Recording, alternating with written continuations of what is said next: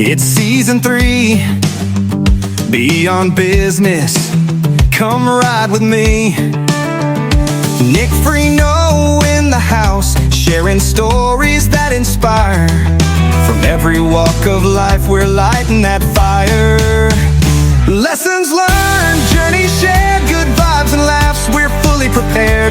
Brought to you by Buick Real Estate. Let's dive deep, it's gonna be great.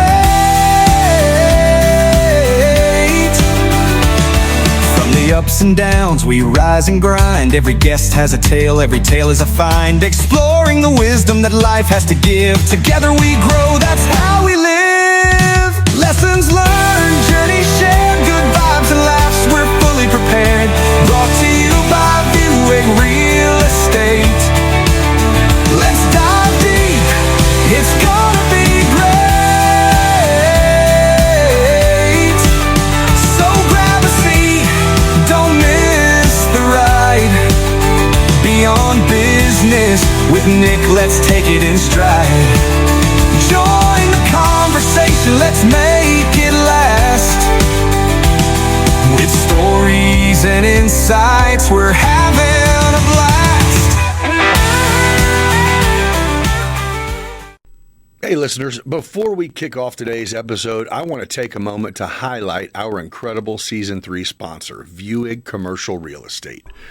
If you're in the market for commercial properties in Central Illinois, look no further than Buick Commercial Real Estate.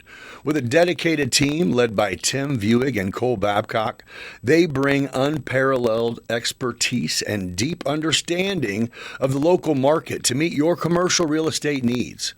Whether you're looking to buy, sell, lease, or invest, Tim and Cole are committed to providing personalized service and guidance every step of the way.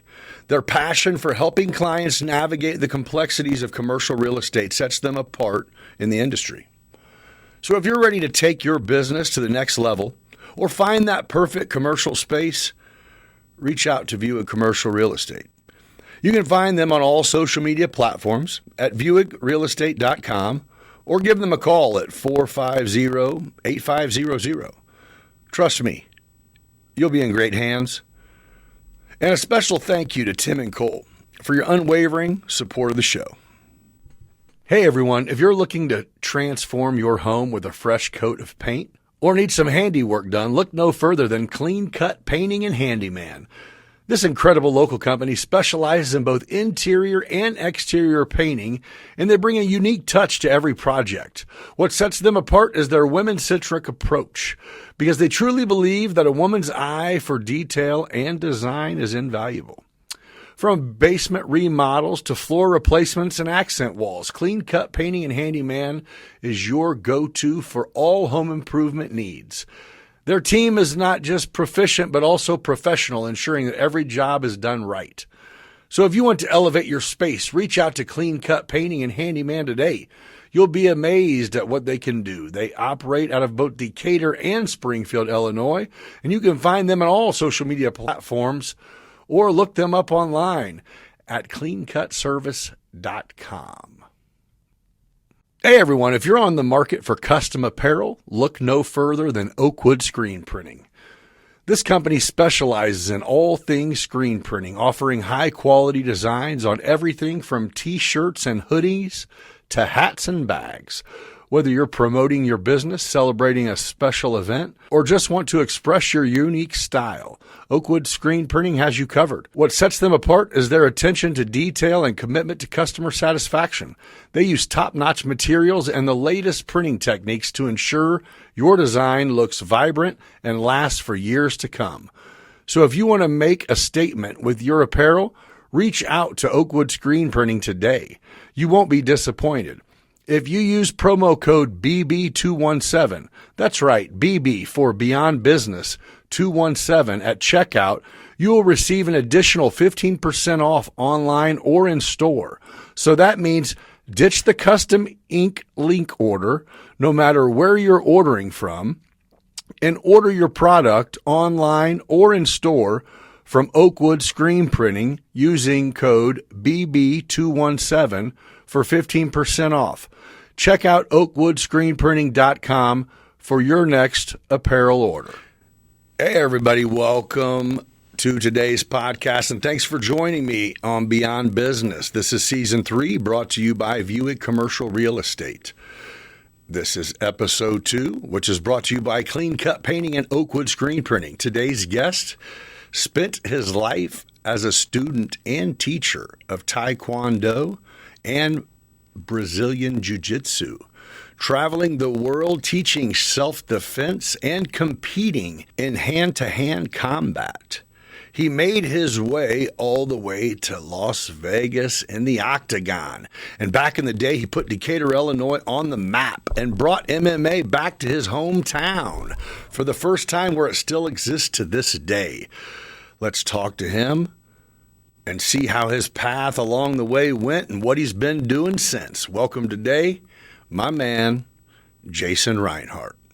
So I lived in this gym for a couple years, man. And it was crazy, and I'd let my insurance license lapse when I moved to Australia from 2014 to 16, and so I was like, fuck. And anyway, I got my shit together, got clean off those pain pills, and built a house and all that other stuff. So, are we starting? Yeah, we're on. Oh, okay. There's no official introduction. Oh, I got you. So here's what it is: okay. I previously or post will do a whole introduction just to not put you on the spot. There is, I got you. There's not like a introducing today. Okay, You know what I'm saying? Or there actually will be. Okay. But we don't have to do it like this. Okay. However you want, man. That's all No, good. I'm just saying there's already been a recording done of me going, the guy that made Decatur famous on man, MMA I at the Octagon, baby. I appreciate that, man. No, I but no, I appreciate that. appreciate you taking the time to where, I mean, you did put, you have some good glory days back here. Some people might say you're infamous in the town, but there's a lot of us who go, dude, you made some noise here. But a lot of us that follow you, I mean, you did some really positive things. You went on to teach a lot of kids. Dude, MMA got brought to this town because of you.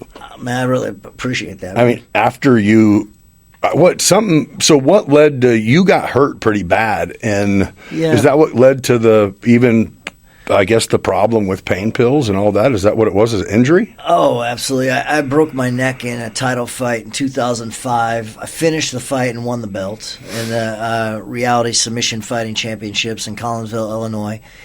And then I just I had to go get surgery, and ended up getting surgery in San Francisco to a specialist doctor that works on all the professional boxers. So he did the surgery. And what was the injury? Herniated C5 and C6 and 7 in my neck, and then cracked the spine, hairline fracture in the spine. So he went in and fixed all that. You were fighting through this. I fought through it, man. Adrenaline? Dude, well, when it happened, adrenaline, I felt my legs go like kind of numb, but I still had them. I still was good. I didn't realize. He dropped me on my head twice, picked me up and powerbombed me, and I kept the arm lock on, man. I took it home with me, man, and he tapped. And but I was adrenaline, I didn't know I was really that messed up until after, So when you say after, you mean like in the locker room, or you mean hand goes up to win the fight and you're like, something just ain't right? Well, to be honest with you, man, something wasn't right before the fight, and my arm was had fire on it, like hardcore, man. I had guys rub it in the back, like my coach and stuff. Something wasn't right in my neck. I'll tell you what happened. I'm still convinced to this day. I went and got a chiropractor adjustment, and it didn't feel right on my neck. And I always wondered, did he knock something loose in there, man? Or like pre-fight, just to get loosened up. Yeah, because I was hurting training for that fight. I was hurting the whole time, and then in the back before the fight, I was really hurting. And it's too late to. Yeah, man. I think that fight, I had 70 people drive all the way from Decatur to Collinsville to come watch me. So looking back, do you do it all over again, or are you at the age and knowledge now to where you listen to your body no matter what? Or Or do you listen to your body, or are you like, no, we're gladiators and this is what we do? Yeah, that was the mentality, but that's kind of stupid, man. I mean, that's really stupid. I just wanted you to say No, it's stupid, man. You're tough through everything. That's not. No, man, I always tell these young fighters, it's very important. If you're going to keep anything healthy, keep your back and neck healthy. Yeah. You know, sometimes that's neglected as strengthening our back and neck, and it's so important, you know. Well, especially if what you're wanting to keep producing is the machine. Well, yeah. I mean, I was always the smallest guy in the gym, no matter where I trained. At Militich Fighting Systems, I had monsters on me, heavy guys. Right. And that pounding on your spine all that time, I think it took its toll because, you know, I got lower back issues, the whole 9 yards. So I think going with bigger people was really stupid on my part. Right. But really, there was nobody else in the gym. You know, I was the smallest guy. I was walking around at 136 if I was lucky. What it was because what, the era? Because it seems like now, I mean, there's weight classes that go from $100 pounds to 500 pounds. You go in any gym and you'll have in a good gym, you'll have your pick of partners, of course. But back then, you were it was at the beginning of it. Yeah, man. And back then, they didn't even have the 135-pound division in the UFC, so I fought at 155 just so you could fight. Just so I could fight, yeah. But I was almost 40 at that time, you know, and I think my brother, he keeps track of all this stuff, man. But I think, like, he tells me different dates. I think I was 38 or 39 possibly at the first debut. How old were you when you... Okay, what got you into even, obviously, that wasn't popular at all? So what even led you... Did you train in martial arts or boxing or kickboxing or something that led you into saying, hey, MMA is a thing even? Hell, we didn't even know it was a thing. I don't think until... Well, what happened to me, man, is I was in Taekwondo since 9 years old. Gotcha. And my parents got me, and I was always small as a kid, small now, but I mean, right. but so I was getting bullied a little bit. My parents enrolled me in Taekwondo, the best decision ever. And then I went to college, and at 18 years old, I went to SIU in Edwardsville, flunked out of college, hated it, and opened my own gym at 18, own academy at 18 under the legendary Master Rowe that used to be here. Yeah.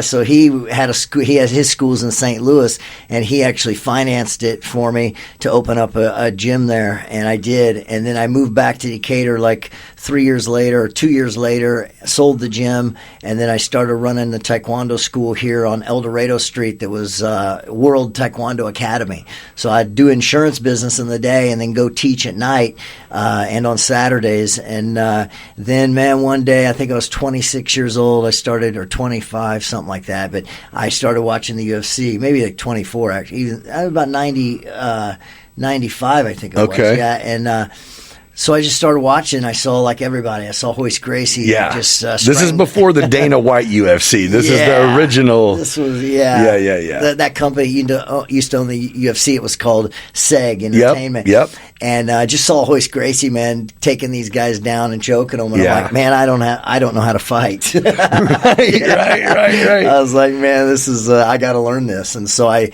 couldn't find a jiu-jitsu school. I had to tell Master Chung. He was the guy that owned World Taekwondo, and I had to tell him I resigned. You know, gave him plenty of notice and helped him out getting a new instructor. But I had to pursue jiu-jitsu, man. And so I found a judo school here in Decatur.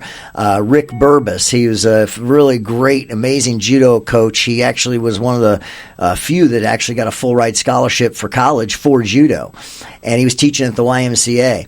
And then then we transferred over to he was teaching out of the Y, but the classes were at Rodney Walker's place on El Dorado at the big Skywalker. Yeah. And so I did judo there for a couple of years, did some tournaments, and then I found jiu-jitsu in Springfield, Illinois, and I started driving over to Springfield. And I never thought I'd get in the cage, man. I was like, man, there's no way. But then I started teaching, you know, again, and I started thinking, man, or if I was going to teach again. So no striking. Still no striking. Yeah, well, Taekwondo striking. Oh, yeah, you are striking. Yeah, but you're right. not boxing and stuff. So I knew I was going to teach again one day, and I said, man, if I'm going to teach my students this, I've got to be in the cage and do it and prove that I can get in there and show them what I'm teaching them actually works. And so, yeah, that's what I did. And then I started taking it super serious, started winning my amateur fights. And then I'm like, man, there wasn't enough people in Springfield, especially for MMA. So that's when I found Miletich Fighting Systems, where Matt Hughes and Pat Miletich, Spencer Fisher, Tim Sylvia, all the big, Robbie Lawler, all the big names were over in Iowa, man. And actually, I met Pat Miletich because my friend John Gaston, who has a school in Springfield, he had Pat Miletich in for a seminar, and I attended it, and I met Pat. So then I just started driving, 3 hours to Iowa for training, and sometimes I would stay over there in the fighter house, and I stayed with Tim Sylvia for one of my UFC fights. It was cool. So you were rubbing shoulders with the guys? Oh yeah, man. If you don't remember, man, I was just along for the ride, man. It was awesome, bro. So how time wise, how far off were you from this? Remember the show, the Contender? Oh yeah, the Contender. Is it the same era, or was it after? That was before and after. It was during that too. But was that era? Same era? Yeah, no. You're talking about not the Ultimate Fighter, are you? I don't know. Whenever or they go in the Forrest, house. yeah, Forrest and Stefan ended up fighting in the. Yeah, right. That Ultimate Fighter. Yeah, okay. Actually, a lot of people don't know this, but I actually made the Ultimate Fighter 5 series. I was in there with Nick Diaz. Oh, it was the same time frame. Yeah. But then I was training before that too. It just kind of burst on the scene. But I actually made that show, man, and they sequestered me in Vegas for a week. You couldn't tell anybody. But the main thing is, man, they said, but I was 137 getting in there. The guys walking around in that show, they were 155 walking around at 175. They're huge. Plus, they're like 5'11", big. Right. Anyway, so, I made the show. And so I flew back to Decatur, still couldn't tell anybody. And I'll never forget it. Spike TV, Jamie, it was on Spike TV at the time. Jamie calls me. I'm getting my bags packed. She goes, "This is the worst part of my job." And I go, "What's up?" She said, they chose you, of course, as you know, but since you were too honest on the application, they said, don't lie on the application. Well, they said, have you ever taken steroids or HGH? And I had for my neck, man. I took testosterone and HGH. And you're like, clearly we all have. Yeah, man. And so I just was honest on the paperwork, and it fucked me, man. It fucked me, yeah. But it's a damn good thing. I probably would have got killed in that division. Yeah, you're like, I didn't need that kind of fame. Right. Looking back, Right. I was in there with some monsters, man. Yeah. You're like, I wouldn't have been in the final match. We were going to medicals, and every single one of them dudes are like, dude, you do not belong in this weight class. And they're like, yeah, well. Right. I'm here too. But still, that's cool. I mean, the experience. Yeah. Cool. It was. But I mean, you did fight. You did go to Vegas and cage fight, correct? Yeah. Well, I went to Vegas and trained at Vanderlei Silva's for the last part of my career, and because Miletich had closed down, they had okay. The fighters gone their separate ways and whatnot, and so I was out there. But I never fought in Vegas, though. I trained for my fights in Vegas. All right, I knew you were out there. That's all I knew. Yeah, it was cool, man. That's great. Yeah, Vanderlei kicked me in the head one night. It was great. We were sparring. He wasn't going hard though, dude. Right. We were just like kind of light. He picked it up.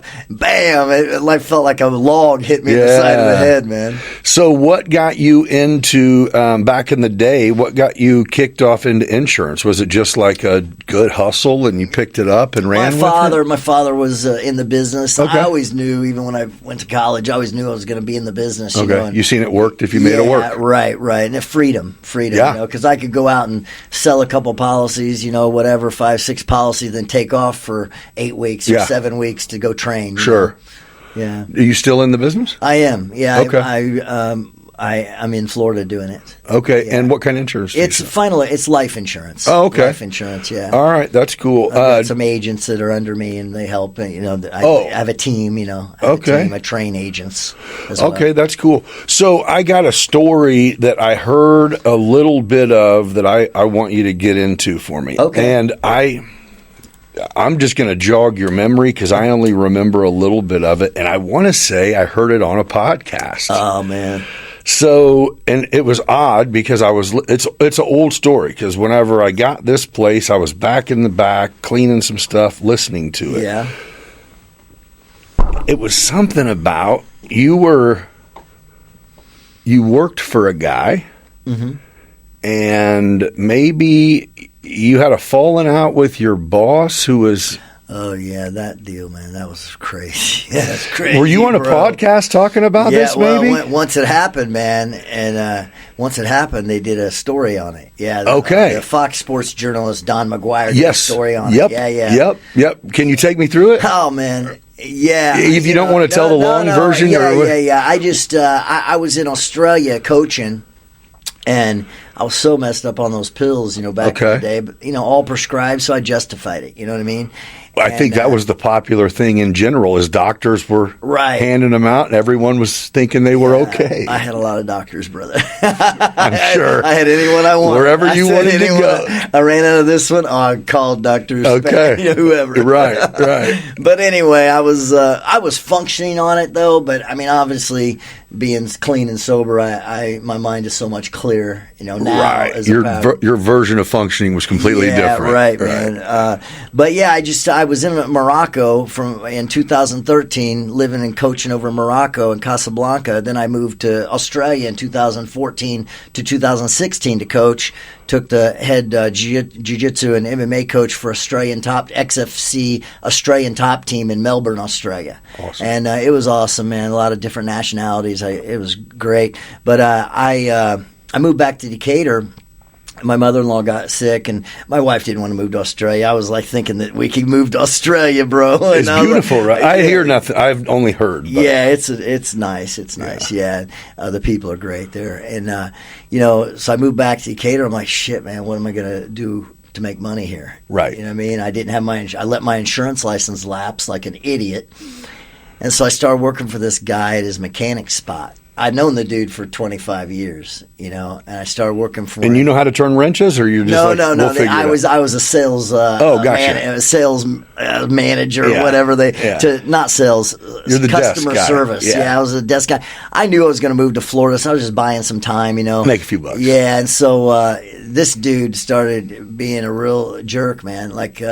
You get to know somebody when you start working for them. You kind of see a different side of them. Sure. And he started really abusing his kid, his disabled kid. Started abusing him and smacking him around. Well, he worked there? Yeah, well, he'd be there every day. They got into it every day. And, there's a tape of him actually beating the kid. The son secretly recorded his dad beating him, and that was what Fox Sports played, that tape, that kid getting beaten. It's audio, 5 minutes. Yeah. So anyway, the kid came and brought me the tape at my house, and so now this is the same time frame that you worked there. Oh yeah, at the same time, and I'm in a big situation here, because here he is getting his little brother that has one eyeball getting the shit beat out of him, and then I got the tape, man. And so what do? I mean, I don't. Did he give it to the law too, or no? No, just me. And yeah, dude. And so. I was in a situation, man, and I didn't know what to do. So wasn't going to call the cops. But then again, it's a little kid. Yeah. So I'm like, I got to do something, man. So I went up to the. You're like, I know my first reaction. Oh yeah. But I was trying to be smart about it. So I went up to this. I won't say his name, but it was a high end cop, and I said, "Hey, man, look." He said, "Just let it go." I said, "What do you mean, let it go, bro?"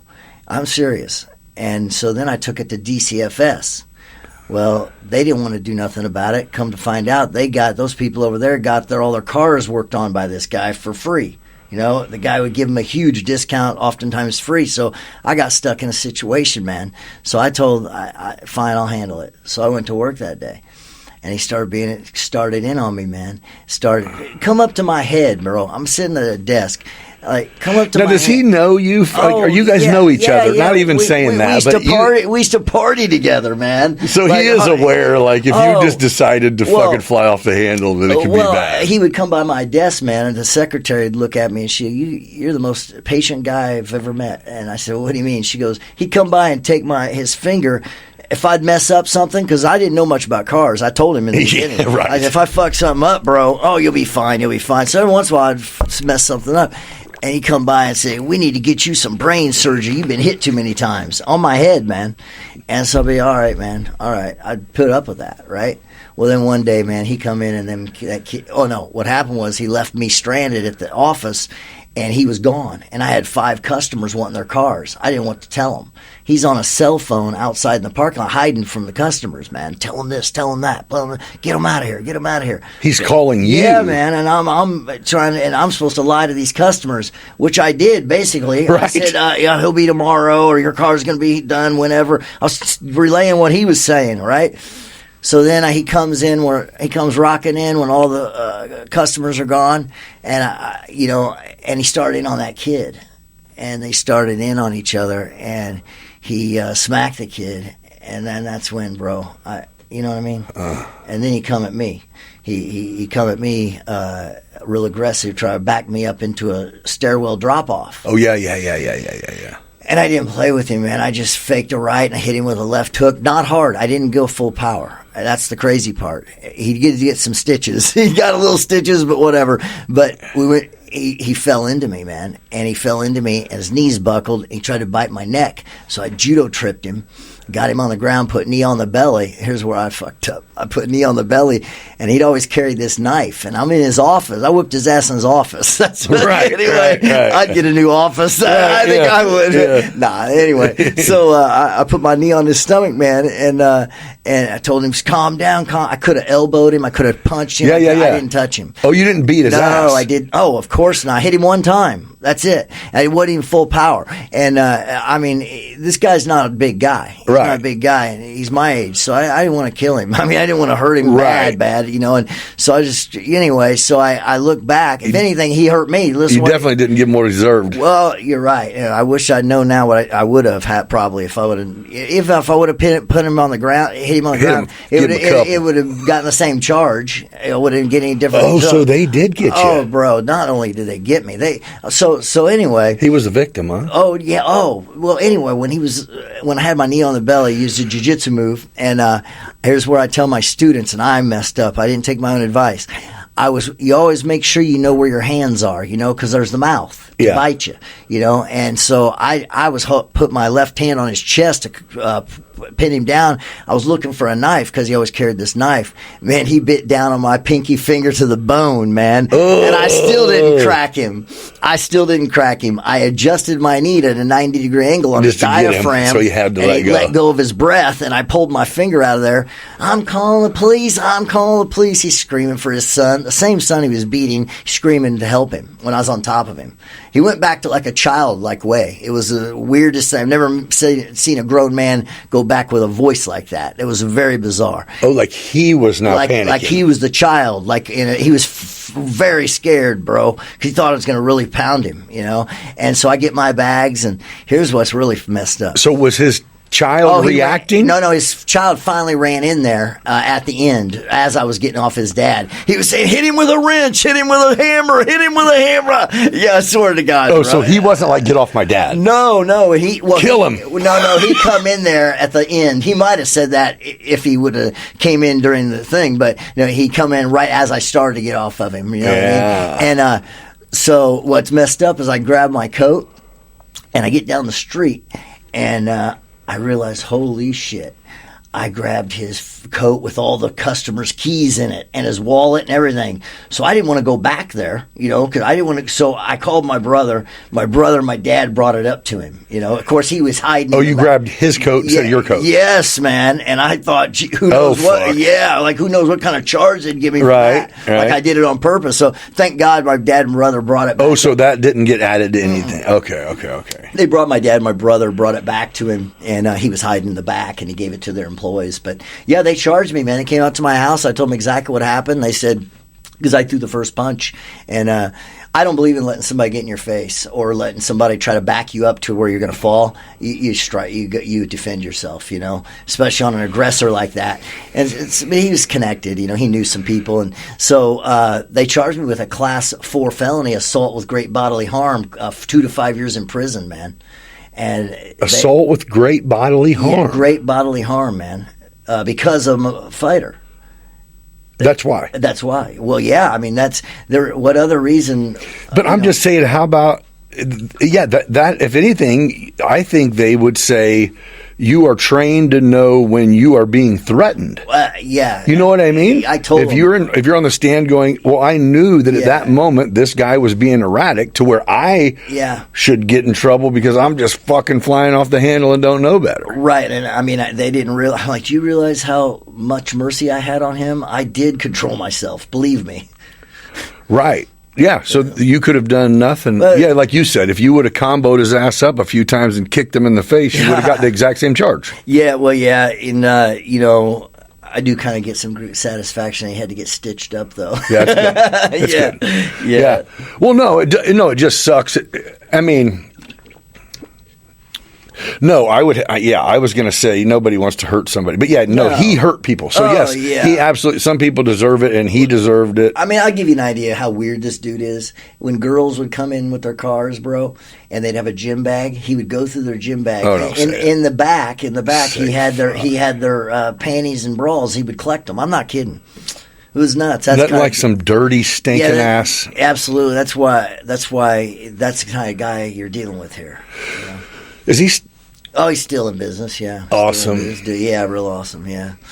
Yeah, man, that was a crazy time. And I said, I knew my town was trying to throw me in prison, man. Here's what's crazier even, Nick. When I got to jail. What'd you end up getting charged with? Charge? Assault with great That charge stuck. Absolutely. But I finally, after 2 years of fighting it, I thought I was going to prison, man. I moved to Florida to go teach, and I'd come back and forth to go to court, right? And my attorney...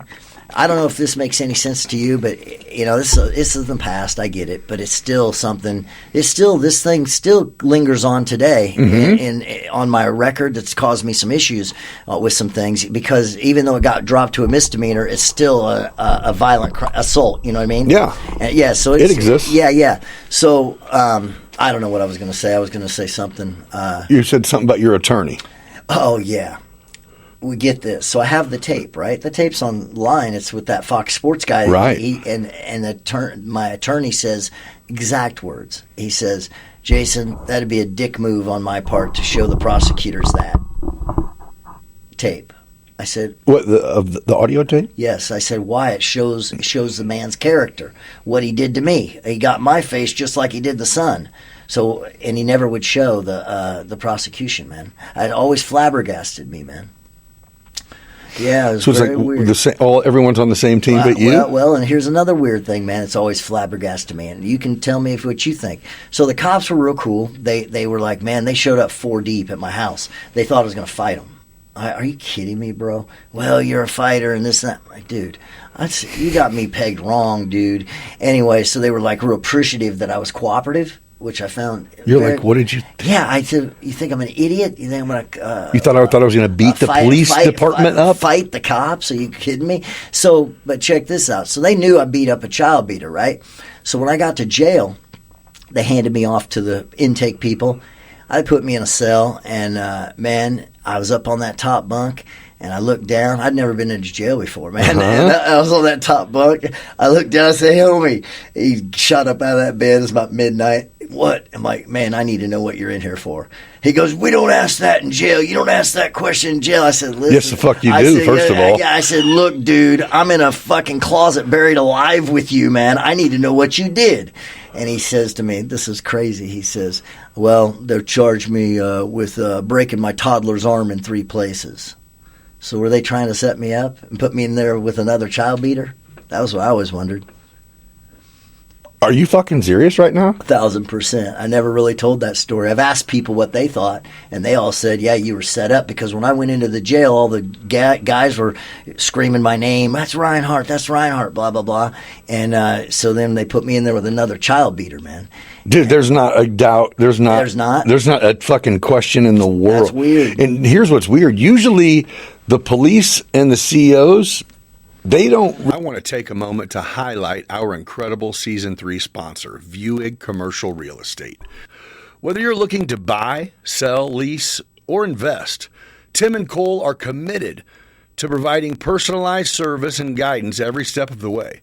Their passion for helping clients navigate the complexities of commercial real estate sets them apart in the industry. You can find them on all social media platforms at VuigRealEstate.com or give them a call at 450-8500.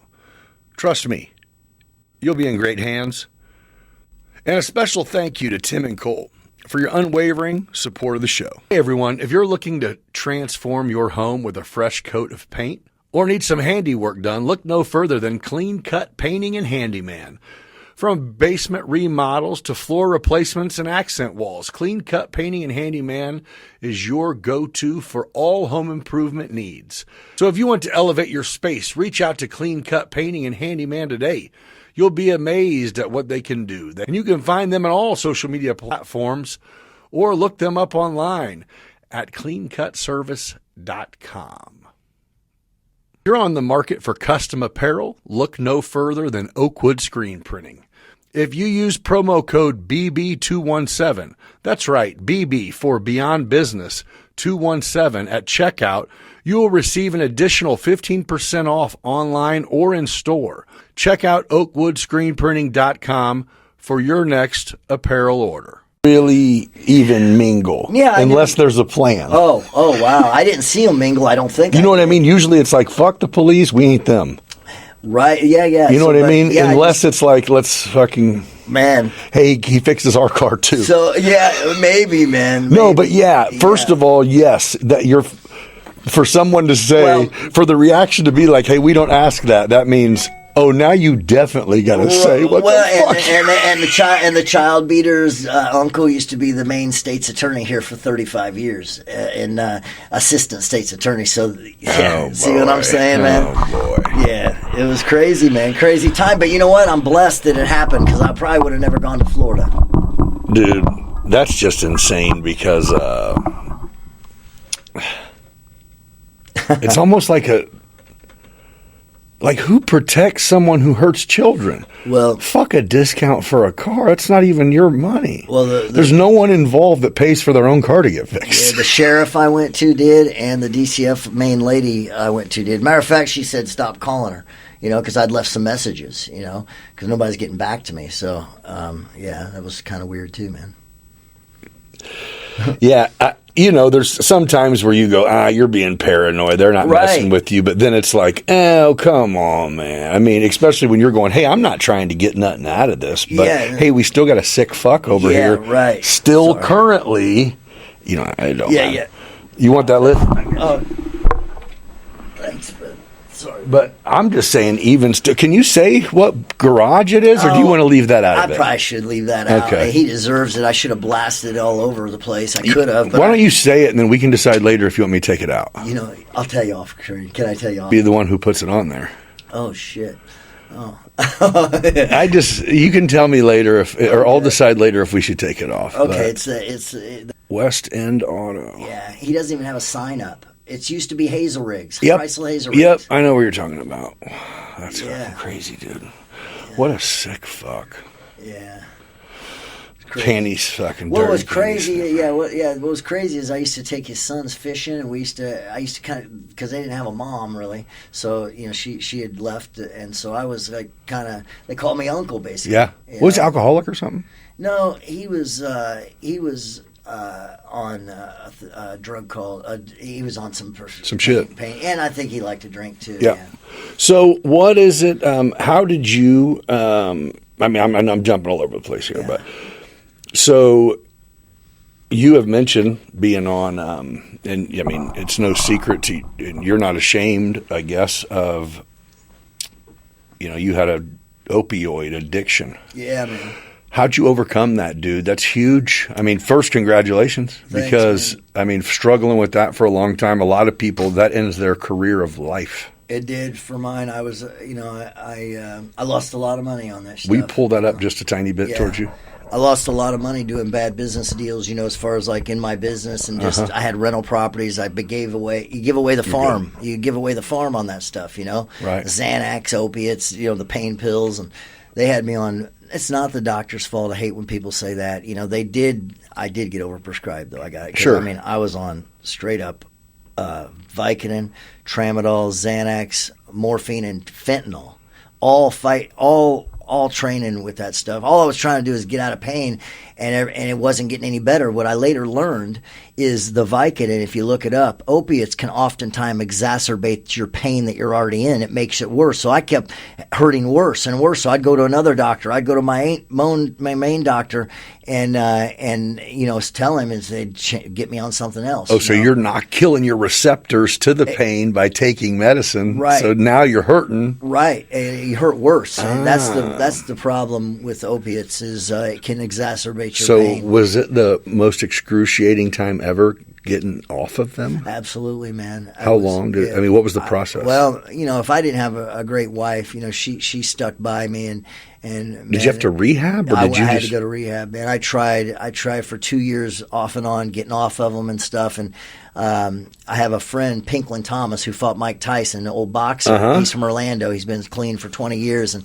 he helped me a lot, man, and just helped me, talk to me on the phone and stuff. Yeah. And I just couldn't do it myself, man. Some people they can get off it themselves, more power to them. I had needed professional help. Yeah. And I had my wife, during COVID, I was like, it was 2020, and I was like, these pills are going to kill me, for real. Yeah. And so she took me to a place in West Palm Beach, in Delray Beach, about 3 hours away, to a rehab that my friend, Leslie Hunter, she found it for me, that would take my insurance. Okay. And yeah, man, and that was a whole other animal going in there, because for 15 years, that's all I had was my pills. And I took them with me, and they dumped them out right when I got in. They dumped them out, and right. That was scary, because I was letting something go that was attached to me that I thought I needed it to live, Yeah. And then the withdrawals were brutal, man. They just were crazy. So you're talking 15 years. You went, and that you were like, today. We're doing this. Yeah, 15 years hard, man. And I was like, yeah, I'm definitely doing it this time. I never tried before. I tried on my own, and that was a miserable failure. That was just, you had a shitty day, and so I'm not doing this again. Yeah. But this time you said... some people say mind over matter. It is mind over matter. However, though, when you're addicted and something takes control of you physically, and if you don't have that, whatever it is, and you get violently sick, like you've got the flu times 20, you're going to take your stuff. Do what you can to get better. Yeah. So me, I had to be in a professional setting with nurses monitoring me, because with Xanax you can actually die getting off of it. I've read that. Yeah, and you go into seizures. So they put you on anti-seizure medicine, small stuff, and they monitor you. And then I couldn't figure it out, Nick. All the heroin users, I never did heroin, right, or any kind of meth or nothing like that. But these guys, they were getting out of detox in 5 days. They kept me 15 days. And I kept saying, man, I must be really fucked up. And so, no, they said the reason they keep you 15 days is because the ones that do Xanax, they have to continue to monitor you. That's that much more potent than that real shit that we think is that real shit. Right. Exactly. And so then, man, there was this kid, this roommate. He was with me, 28 years old, man. He had a COVID beard, I called it. It was a beard down to his belly. And, man, one day I kept telling them all, he's shaking. He's not good, man. And they kept telling him, worry about yourself, because this was after we got detoxed. Yeah. We have to go to these classes, right, for sure. six hours a day. And he would lay on the carpet with no blanket, just shake like crazy. And I kept telling him, man, he's not okay. Nobody would listen to me, man. And so one day he come down, he shaved his beard. And I was like, man, you shaved your beard? Why'd you do that? He's like, I had a talk with God. I'm like, and you're not even in withdrawal anymore. You're perfect. He was perfectly fine. I'm like, how'd you do that? He goes, I had a talk with God. And so I'm like, that dude had me talking to God. Hell. Really? So no, yeah. But what he did was, the next day he was dead. He took fentanyl. He had it stored in that beard, and he shaved it once he got clean. And then his body couldn't handle that amount anymore, and he died at rehab. So that really woke my eyes up right there. Holy shit. Yeah, man, that was pretty crazy right there.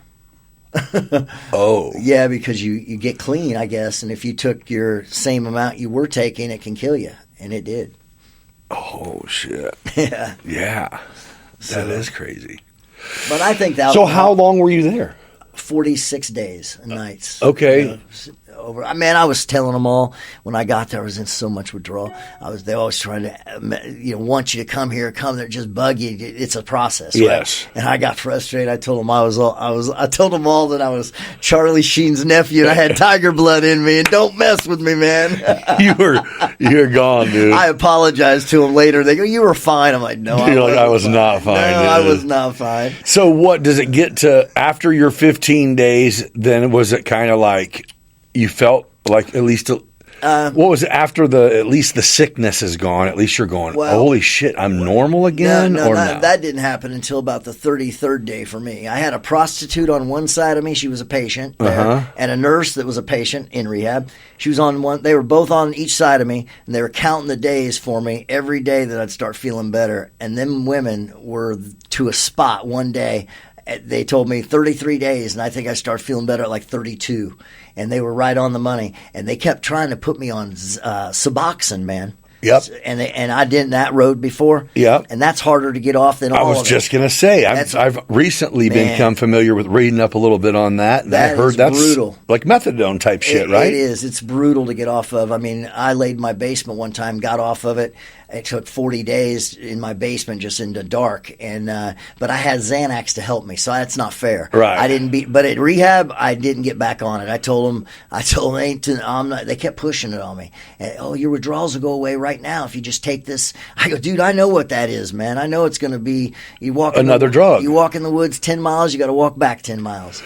So did you leave rehab taking medicine? No, nothing. They gave me gabapentin but I don't take that anymore. It's a nerve pain. Yeah, I take that for restless leg. Yeah, right. It's like seizure medicine. Yeah, right. It works good. It didn't really work for me. What's that got to do with anything? Because of my nerves. Oh, not anything to do with. Oh no! Just wanted to try to give me something non-addictive. Oh, okay. But not anything to do with addiction. No, nothing. Yeah. They give you that at the addiction. A lot of people get that at the addiction. Okay. Yeah. Okay. Yeah. So But I got off of it, man. I just I probably should get back on it though, because it does help my back. Does it? It did. I didn't think it did until you get off of it. Right. You know what I mean? Yeah. Yeah. It's definitely not one of them you crave. If you miss it, you don't need it. Right. Yeah. And Nick, the restless legs is brutal too, man. That's not cool, dude. I know, right? So my pops went through Mayo Clinic a couple years ago because he has had it for 10, 15 years and got to the dose of ropinirol, got to a high enough dose that they said, basically, if this stops working, we got to figure something else out. Yeah. Mom and Pop started sleeping in different beds, not because they're old-fashioned. Right. It's because Mom's like, dude. Right. I like sheets on the bed. Yeah, right. What the fuck are you doing? You can't have somebody flopping. Yeah, next where to you at, bro? Yeah. So he went through Mayo Clinic. Same deal. He's like, oh my gosh, I had to cold turkey, and it was horrible. Yeah. And bro, I mean, I work on the road sometimes. I've went a night or two where I forgot, and you can cancel it. I mean, I might as well just figure out something to do. Yeah, I mean, you know what, man? I have to ask my brother on dates and different things I did throughout my career. He kind of helped me manage that my whole career. Some of my stuff is just a blur. It's mad. Dude. Yeah, it's terrible. But it's like this. Getting old too, man. Just age sucks. It's like medicine. When I was 20, 25, it's like, you'll be fine. Right. Now it goes, everything my dad deals with, it literally is just trickling down. Right. But congratulations, man, because you're like almost 5 years now. No, it's about 4 years and 3 months. Well, congratulations. Yeah, thanks, man. Yeah, is it a struggle still ever? Yeah, man. I mean, because I live in, chronic back pain from my fight career, so sure, I think, man, it'd be nice to have a pain pill, but I don't. Oh, you're like, it would be nice to be out of pain. Yeah, right. That's right. Are you anti even like ibuprofen or Tylenol? No, or? I take Advil. Okay. And I take Advil, and sometimes I'll take extra strength Tylenol, a couple of them. Yeah. But yeah, man. So I do struggle, to be honest with you. I'd be lying if I said I didn't. And that's when for the pain or for this part too. No, for the pain, man. Yeah. I just want to get out of pain. It'd be nice to live just a minute without pain. There's no surgery that can be performed that would help that? Well, I got these 9 herniation discs up and down my back. Oh, shit. Yeah, and so I tell you, man, I'm scared of that back surgery, man. Yeah. You hear about horror stories. Yeah. Oh, yeah. And they can mess you up worse. Yeah. So I kind of just deal with it. I'm gonna start teaching again, so that's gonna be good to be back on the mats. Yeah, you know? I was actually going to go there next, so let's hear about that. You got something else cooking up here. I'm stoked about it. I couldn't be with a better guy, Professor Wade Rome. Has a huge gym in Melbourne, Florida. Okay. He wrestled for U of I. You guys are about the same size, big guys, Okay. right? He's a heavyweight. All right. And so he he wrestled for U of I. He's like a 5th degree jiu-jitsu black belt, multiple time. He's a world champion. Yeah. Just a phenomenal, smart dude and a good friend. Yeah. And he called me last week, man. I knew MMA and jiu-jitsu was missing in my life. That's why I knew. Does he currently, is that what he does for a living now, or he's just going to open a gym? No, he has a huge gym in he already has it. in Melbourne, Florida, but he just bought one in Daytona. Oh. So I'm going to be teaching MMA there. So Oh, yeah. Stoked about that because you got a lot of jiu-jitsu students that it's called Nomad Jiu-Jitsu. That's the name of it. Wade's gym in Melbourne is Control Jiu-Jitsu. If anybody's traveling and you go to Florida, you want to train jiu-jitsu, man, his place would be a great spot. It's called Control Jiu-Jitsu. Okay. Yeah. And so you'll teach MMA classes within? Yeah, I will. I'll teach they've already got the jiu-jitsu, which is great by me. And then that way, any jiu-jitsu guys that want to do MMA, and we do it for self-defense, Yeah. And if any guys want to actually fight, if they're serious, they got to be really serious because this isn't a sport you want to play around with, Oh, I can imagine. You don't just though, want that to play. there's probably a pretty solid group of people that take it serious, right? Well, yeah, it depends. A lot of college wrestlers. yeah. I mean, especially now that there's money. that's what I was going to say. Yeah. It's now one of the 5 professional sports, I guess. Yeah, I mean, with all the money involved, Yeah. People are wanting to get in it more, Yeah. which is good. Just you got to know what. I always tell the fighters, make sure you know that you could be opening Pandora's box. for sure. So But, it's just like any of the other sports. I mean, we dump a bunch of time and money into baseball. Are Right. you going to go play for the Cardinals? right, Probably not. yeah, I got you. Although you're not going to get your head kicked. Yeah.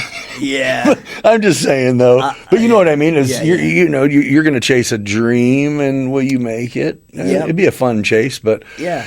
you guys do choose to put a lot more on the line as a It's our coach Pat Militich always said, us that are all broken up now, he's broke. They're all broke. We're all broken Yeah. up, man. And you only so- got 9 herniated discs.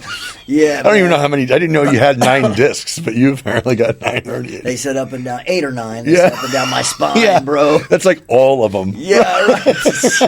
How many do we have? Right. Man? My neck's good though. My neck's good. My neck is good. Well, there you go. I do have. My last fight, I got. You're like, I got 4 good ones. No, but my last fight though, I got fucked up. I did for life. I mean, I don't feel these last 3 fingers. They're all numb because when he hit me on the ground, my head snapped back. They say it's like car whiplash. Yeah. Car, right? So I got to have ulnar nerve surgery to go release but I don't want to mess with my nerves, man. 'Cause you never know when they go in there. Anything to do with nerves scares me because they can mess it up worse. Yeah, but I feel like a really renowned Really? good doctor could just work you over and you feel like you're new money, bro. Yeah, I want to go get that stem cell. That's done. what I'm For sure. saying. That's what I'm trying to do. Yeah, I'd like to do that. That for would my probably back. be a good look, dude. Yeah. Hell yeah. Sure, for the back. Hey, so I just thought of this too. You know what made me know who you were the very first time I ever heard about you? I think I might have even not been around quite yet. I might have read about this. Mm-hmm. Is you, I think, went to grab a sandwich, maybe a bowl of chili. Oh God, man, that was crazy. Late bro. night at Steak and Shake, and Yeah. I think you ended up cleaning the place. Yeah, well, I got 9 6. That was a long time. That was what? I got 6 stitches over that deal. What happened? Did you get into a fight man. with some people, or you? It was just some people. I had some rental properties. The guys were, This is late night, right? yeah, late night. Long time ago. I was out promoting my fight show. I had to fight Friday night. Okay. And I was out on Wednesday night promoting my show, handing out posters, and I seen some people in Steak and Shake through the windows that bought some tickets. So I was dropping off the tickets to them. Okay. And some drunk guys. Yeah, this is like after bar close. Yeah. Late night Steak and Shake. Yeah, just they come up to me. They thought I had owed them money for cleaning up my rental property, but little did they know they left a stove and all this stuff in the front yard that I had to pay for. To have the city come clean up. Right. So we were good. I didn't owe them shit. Right. And they didn't like that, so we started brawling, man, and it wasn't good. That was in Steak and Shake. Yeah, it was not good. Yeah, we started brawling at Steak and Shake, man. The fight night was a little bit earlier than expected. Huh? Oh yeah, it was. I seen people with chili mac down the front of them. I seen cups flying. I mean, it was all hell broke loose, man. Were you by yourself? I was with a student of mine, and he didn't do nothing. He didn't do shit. He watched sunset? Yeah, he just watched. Did you win? I don't know. I got 6 stitches or something. What happened? Yeah, I was ducking under. You're like, I got a milkshake glass that hit me in the head. No, the guy's foot. I was ducking under the railing there where they used to have the smoker section. Yeah. I was ducking under the railing. He's up against the glass, and he did a front kick right to my face. What happened was I had to fight Friday night, so I had to hide it for the commissioner, so they didn't see it. So I had to put some. I can't remember what I did. I hit it makeup. Or something. Yeah. Some super glue and makeup will do it. That was crazy. That was a crazy night, man. That is funny. But it was in the paper and all that, wasn't it? Nobody got arrested or nothing. I think we had to pay $90 a piece or something like that. Oh. Yeah, it was crazy. We should have probably been arrested, to be honest with you. Okay. That would have been a legit arrest. That would have been that. They're just like, shit happened. Oh, what's funny is 2007 when I fought Joe Lazan in my UFC debut. Yeah. He put a bunch of videos up of him and his buddies in Steak and Shake hats and put in front of Steak and Shake, and they filmed it. That's great. Yeah. So that's funny. So do you have any desire to do any where you're at now? Do you do any fight promotion? Do you do any of that type of events down there? I get called to judge for the Florida State Athletic Commission, so sometimes I'll go to shows and judge. Okay. And then how many people are on a panel to judge fights? 3. Okay. Yeah, and then I'll do that, and then sometimes I'll commentate for a show. Ooh, that'd be cool. But yeah, my last show was 3.5 years ago at Shady Jack's Saloon in St. Louis. I promoted a show. Okay. And man, shout out though to the Mongol Motorcycle Club. They were my friends. They're my friends, and they supported that show for the kids against child abuse. Oh, cool. And they come in from 7 different states and bought tickets all on their motorcycles to support that cause. Oh, that's cool. Yeah, very cool. So out of the countries that you've named quite a few countries that you went and worked and trained in and lived in, or at least stayed in for a while. What's the one that you lived in or whatever that you were like? Obviously, you said you would live in Australia, but what's the one that you were like, wow, this place is just amazing? Well, even if you don't want to necessarily live there, that you're just like, I'd have to say Morocco, man. I'd have to say Casablanca, Morocco. It's just the people, just the friendly people, and I saw everybody was saying. What's funny is when I got back from Morocco, this town, I'd be eating with my family, and people would come up to me and tell me that there's a rumor that I was training ISIS. Get that one. I was training ISIS. I was an ISIS trainer. You're like, they forgot to pay me or introduce themselves. Right. Yeah, I was there teaching the poor kids, the children that parents really couldn't afford it or whatever. They're in big gymnasiums and stuff. And then I did some seminars around that country and lived with 5 Muslim families. It was incredible. It was in a compound. Like how you just get in? I met one guy named Muhammad off the internet, and that's how I found it. No shit. I didn't know him at all. I had no idea what I was running into. I took off for Morocco, met this dude at the airport with an interpreter, and the rest is history. It was crazy. He had his own gym in his compound. He had his own gym in the basement. Yeah. And, it was pretty wild, man. That was a crazy adventure there. Then he got me stuck in Paris when I took off. He had my plane ticket all fucked up, man. And I got stuck. You're just along for the ride, I got bro. lost in Paris, man, until 6 in the morning. It was insane. So if you're physically hurting, how do you train MMA? I mean, do you it's- still have to roll around with guys and shit? Or- yeah. I mean, I just got to push through it, man. Is that right? I'm kind of worried about. To be honest with you, I'm kind of concerned a little bit about it. And It's kind of not just do as I say. You kind of have to do as I do with that I just sport. need to learn to go slower and not put myself into crazy positions and go full on. When I demonstrate, I got to be smart about it. Right. Be smart. And I'm hoping to get the stem cell done for my back. And then, That's something you're seriously looking into. yeah, absolutely. Yeah, that's And, amazing stuff. Yeah, I'm looking into that. I have been. And, I hope to one day compete in jiu-jitsu again, Really? in the masters division, Do you have to stay here in the U.S. to dig into stem cell, or is it something that you will go out of the country to get just because there's not so much whatever? The fuck's going on? Colombia. Yeah, my friend Tim Sylvia, he just got back, and he's doing it. And so, yeah, and then my buddy has an anti-aging center in Tampa, so he may have something there. Yeah, you're on the right track. Yeah, my buddy Chris Fisher, man, he's a great guy. He's got a big anti-aging center in Tampa there. And that's it. We're just, I don't know. I don't know if it's because Big Pharma is probably a big reason why we're behind the ball on a lot of stuff here. Yeah. There's always a money thing behind why we're. Yeah, right. But, Could be.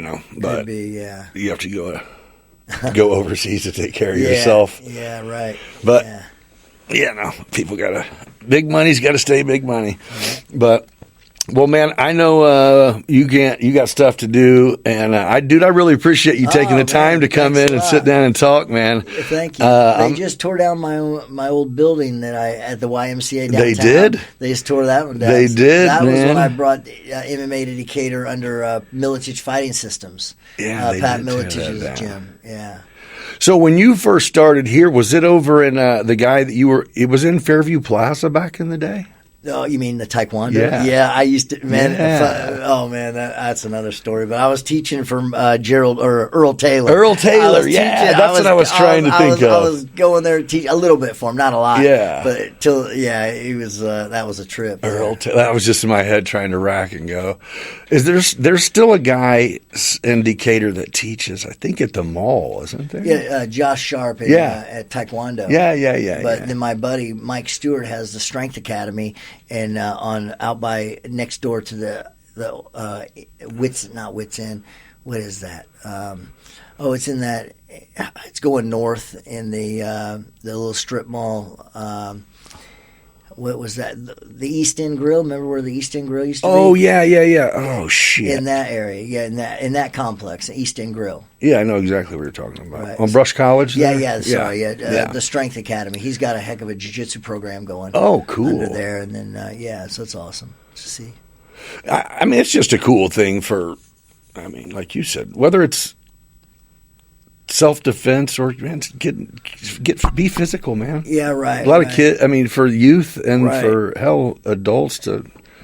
It's nice to not you don't have to get old like that. Right. They got a lot of things out now, like testosterone replacement therapy that helps out a lot. Yeah, I mean, there's a lot of when yoga first came out, that was like a girl fucking what now. Hey, yoga's the shit, dude. It's no joke. Yoga's the shit. I know, right? Yeah. My wife teaches it, man. I hardly can do it. No man. shit. Yeah. When I say it's the shit, I don't mean I'm good at it. Yeah. It means like try that shit. Right. Yeah. The hot yoga's nice. Oh, yeah. Go to the, Yeah, that is. All that stuff is good. That's what I've been trying to kind of push myself to do and even talk about on here to make myself be accountable for it is like self-health. You know what I mean? Right, or right. make a point of going. Yeah. Take the stairs. Take the. Right. You know what I mean? Right. Drink the water. What do you think about ice baths? I would love to invest in one, man. Yeah. And I think if I did, then I would use it. Yeah. More than anything, because I am one of them people that could gladly start my day out uncomfortably on purpose. Yeah, right. You know what I mean? Yeah. Like I'm that dude who could.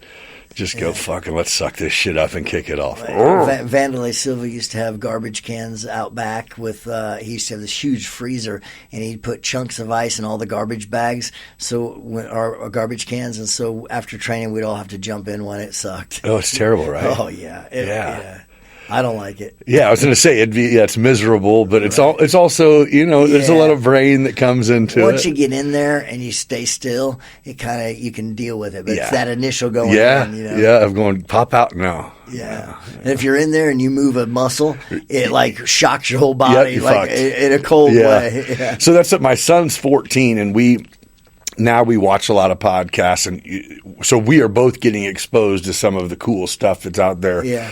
So I've been considering a few things that are, kind of physical and mental, torturous, but just to introduce him to it, and then I can't really be a pussy. Yeah, I got you. Yeah, I think I don't know if it's proven that's healthy, but it seems like it will. Seems like it's that nice. If it hasn't been proven unhealthy, and they've been out long enough that Lord knows it would be all everywhere. That's true. Shit, you can buy one at Farm and Fleet now. Right, yeah. You know what I mean? Yeah, I mean, you still got to fill it with ice. I was going to buy one and put my wife and put it back on the lanai area back. Yeah. You're not getting that. You're not going to use it. You'll use it one time. That's kind of my fear. I said you're right. That's why mine's still at Farm and Fleet. Yeah, I know, right? You're right. I got you. Yeah, we'll put that with the elliptical. She knows me better than anybody. She knows. Yeah, I'll try that thing. No shit, dude. So when you heading back, dude? Tomorrow morning, Tomorrow morning. Got you a new family member, eh? Yeah, a little puppy. What do you think? I think it's going to be great. That's great. I think it's going to be great. Hell yeah. Don't you have dogs? Yeah. What kind do you have? A bully and a cane corso. Oh, wow. So I got a 3.5-year-old bully. That's what mine is, a little baby bully. Dude, if I was going to bring him, and but he just wants to be, I took him everywhere, and then even service dogged him up. Yeah. And they got service dog rules are really weird because our pussy ass world makes people, they're not even allowed to ask you. Wow. So he's been to hotels, he's been to the beach, the mountains. That's awesome. He's been everywhere. The cane corso? No, the bully. So he acts accordingly. Yeah. And because I'm bald and white and I put a camo vest on him and carry an army backpack, everyone just thinks. Yeah, right. They think, so. Yeah. You look like a DEA, bro. Straight up. They're like, thank you. And I'm like, you're welcome. Right. Shit. You're rolling like the DEA, bro. Right. I can't carry a gun, but he's got one. Yeah, there you go. No, so but so he acts, he's on point. He's been around people his whole life. Yeah. I get the cane corso. No, not happening. Oh, this fucking dude's a dog. Not happening. I got a pet and I got a dog. Oh, so shit. Now my good one, he kind of has to suffer, bro. You got to hang out with your brother, man. Right. As a matter of fact, I got to get him clipped. The bully, honestly, he's cool. Yeah. And man, the cane corso, I'm like going to schedule his.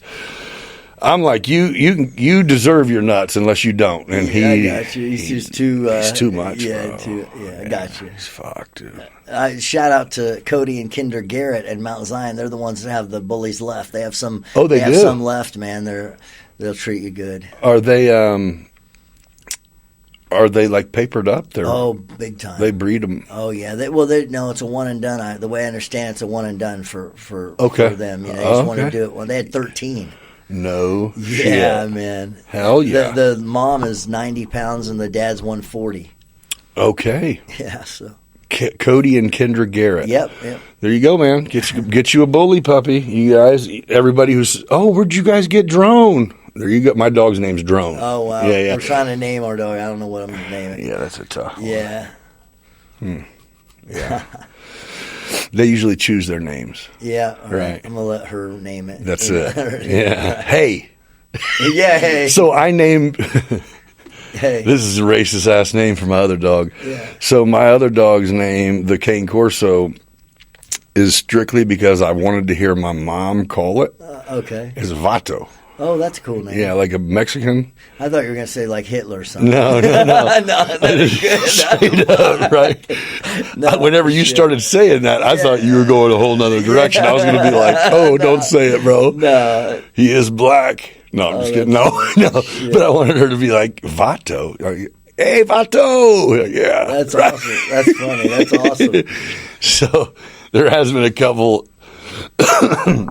there was like this Puerto Rican dude at the gas station when I had the dog out. Shit. And I'm like, come here, Vato. And he's like, bro, that's your dog's name? I said, yeah. And he goes, oh, hell yeah, that's fucking great. That's awesome. He's like, you got him from a Latino? I go, no. And he's like, hell yeah. That's funny as hell. He's like, can I take a picture? I go, it doesn't have his name on it. That's like, what the fuck? He got to show his family. He meant His Vato. dog's name Vato, bro. Vato. Hell no. But Funny. well, again, man, I really appreciate you taking the time. I know you don't come in town often, and yeah, for you to come and link up here. I know people watching are going to love it, man. You're a local favorite, dude. I appreciate. I miss Decatur, man. The people is what I miss. Yeah, the people. Yeah, there's a lot of.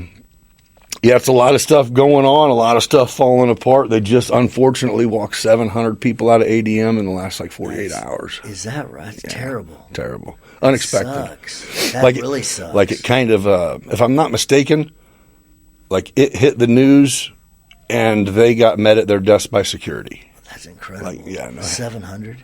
500 to 700. That's horrible. Yeah, like it hit the news as they got the news. So, yeah, so shout out to the families that don't know what the fuck they're going to do now because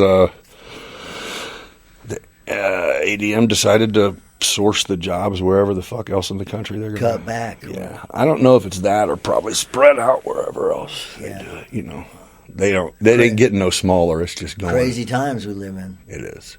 Yeah. It is, man. Shit ain't getting cheaper. Yeah. I know, man. You go to the grocery store, $50, you have two nothing. items. Yeah. Nothing, dude. Radishes will probably be $10 a piece. It's crazy. It is crazy. I don't know. I don't know what the end game is, but we're along for the ride, brother. Yeah, we are, aren't we? Yeah. We're at their mercy. That's it, bro. Yeah. It's scary to see what'll happen eventually, but we're only here for our duration. All right. Leave whatever we can behind for what's left. But it's cool to see that you continually give back, and I think that's it. When it's all said and done and our days are over, what we have left is whatever few breadcrumbs that we leave for our kids and grandkids or nieces and nephews, and what we've given back to the people that we've touched. And you might have spent a lot of time dealing with addiction and overcoming it, but damn it if you haven't spent your whole freaking life giving back. I mean, even when you chased a dream of MMA and killing your body, it was even chasing the idea of setting an example for students. So that's really commendable, dude. Appreciate it, man. Yeah. I don't know if you even forget it sometimes. I mean, in your travels and seeing everything, it's, for your main focus and goal to be on setting an example for kids that are following, trying to, whether it be for self-defense or for sport, it's right. I mean, if you really think about it, MMA is self-defense. Sure. And when I had my gyms, the thing is, I was trying to do too much. I had my insurance business, I had my gyms, and I had my own fights to train for, and I had my fight shows. Yeah. So I had my fight shows and all this stuff going on. I'd have my gym, the fighters that out of the gym would fight in my fight shows. Yeah. And but it kind of probably took me away from the focus on my fight. You know what I mean? That's called entrepreneurship, brother. Maybe. You know what I mean? Right, you got that brain, dude. You're many directions at once. Sometimes it's a curse, though. There's no question about it. Yeah, there's no doubt about it. But you juggled everything well. Appreciate you too, man. What a beautiful office you have. Oh, wow, thank you, man. Awesome. Yeah. Well, I appreciate you taking part in this, man. It's been really good. I hope next time next time I stalk you on Facebook and find out you're coming this way, I'm going to reel you in. But hey, thanks everybody for joining us on this one, and be kind to each other, and we'll catch you on the next one. But I want to take a moment to shine a spotlight on one of our amazing sponsors, Clean Cut Painting and Handyman. If you're looking to refresh your space or tackle that long-awaited project, this women-centric company is here to help. Clean Cut Painting specializes in a wide range of services, from stunning interior and exterior painting to small construction projects, room remodels, deck staining and flooring. They truly have expertise to transform your home into a beautiful sanctuary you've always dreamed of. And guess what? They have some fantastic promotions running this March. If you book any interior painting project for March or April, you'll receive an incredible 15% off. It's a perfect time to give your home a fresh look just in time for spring. If you're thinking of sprucing up the outside of your home, they've got you covered too. You can enjoy 10% off exterior painting projects under $5,000. If you're planning on a larger project, get ready for a jaw-dropping $1,000 off anything over $5,000. So whether you're looking to enhance your home's curb appeal or make your interior pop, Clean Cut Painting and Handyman has you covered. Visit their website or give them a call today and take advantage of these amazing offers. Remember, when you choose Clean Cut, you're not just getting a service. You're supporting a company that empowers women in the industry. Now let's get back to the episode. Hey everyone, if you're on the market for custom apparel, look no further than Oakwood Screen Printing. This company specializes in all things screen printing, offering high-quality designs on everything from T-shirts and hoodies to hats and bags. Whether you're promoting your business, celebrating a special event, or just want to express your unique style, Oakwood Screen Printing has you covered. What sets them apart is their attention to detail and commitment to customer satisfaction. They use top-notch materials and the latest printing techniques to ensure your design looks vibrant and lasts for years to come. So if you want to make a statement with your apparel, reach out to Oakwood Screen Printing today. You won't be disappointed. If you use promo code BB217, that's right, BB for Beyond Business 217 at checkout, you will receive an additional 15% off online or in store. So that means ditch the custom ink link order, no matter where you're ordering from, and order your product online or in store from Oakwood Screen Printing using code BB217 for 15% off. Check out oakwoodscreenprinting.com for your next apparel order. Hey, if you're in the market for commercial properties in Central Illinois, look no further than Vuig Commercial Real Estate. With a dedicated team led by Tim Vuig and Cole Babcock, they'll bring unparalleled expertise and deep understanding of the local market to meet your commercial real estate needs. Whether you're looking to buy, sell, lease, or invest, Tim and Cole are committed to providing a personalized service and guidance every step of the way. Their passion for helping clients navigate the complexities of commercial real estate sets them apart in the industry. So if you're ready to take your business to the next level or find that perfect commercial space, reach out to Vuig Commercial Real Estate. You can find them on all social media platforms at VuigCommercialRealEstate.com or give them a call at 450-8500. Trust me, you'll be in great hands. Be great. So grab a seat, don't miss the ride. Beyond Business with Nick, let's take it in stride. Join the conversation, let's make it last. With stories and insights, we're